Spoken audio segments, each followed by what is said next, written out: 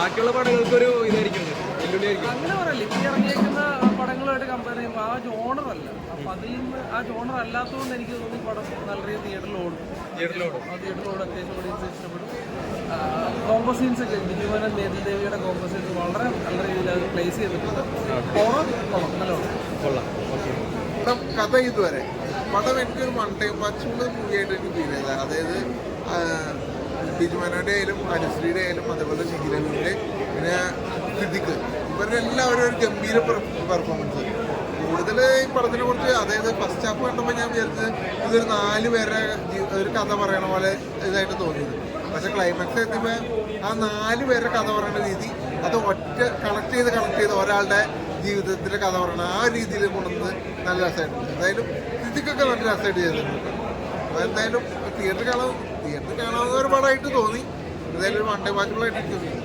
Attraction വരുന്നത് അവരെ സ്ക്രീനിൽ കണ്ടപ്പോൾ ഇതുണ്ട്.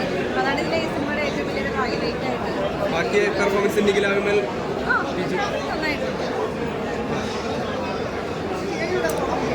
നല്ല പടമാണ്. ഫാമിലി എൻ്റർടൈനറാണ്.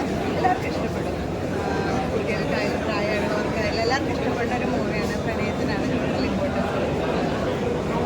ചെറിയ പടമാണല്ലോ, പറയേണ്ട കാര്യം.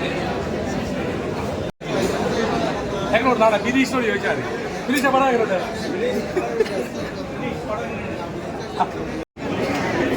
അത്രയും പറയാം. ഫീൽ ഗുഡ് മൂവിയാണോ? ഫീൽ ഗുഡ് ആണോ? അതെ അതെ. ലവ് സ്റ്റോറി ഒക്കെ ഇഷ്ടപ്പെട്ടോ? ആ നല്ലതായിരുന്നു. നേരെ കൂടുതൽ പറയാനൊന്നുമില്ല. It's A good fun. Thank you. പടം കുഴപ്പമില്ല. പ്രണയത്തിനൊരു പ്രാധാന്യം കൊടുക്കുന്ന ഒരു പടം.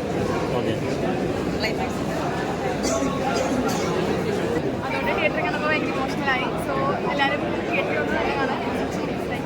ഇത് ഫസ്റ്റ് ടൈം മൂവിയാണോ? ഫസ്റ്റ് മൂവി അല്ല, ബട്ട് റിലീസ് ചെയ്യുന്നതിൽ ഫസ്റ്റ് മൂവിയാണ്. അപ്പം അതുകൊണ്ടാണ് പെട്ടെന്ന് കണ്ടപ്പോൾ ഇമോഷണലായി. എല്ലാവർക്കും ഇഷ്ടപ്പെടുന്ന പ്രതീക്ഷ ഇതുപോലെ അധികം ചെയ്തിട്ടില്ല. അപ്പം അതുകൊണ്ട്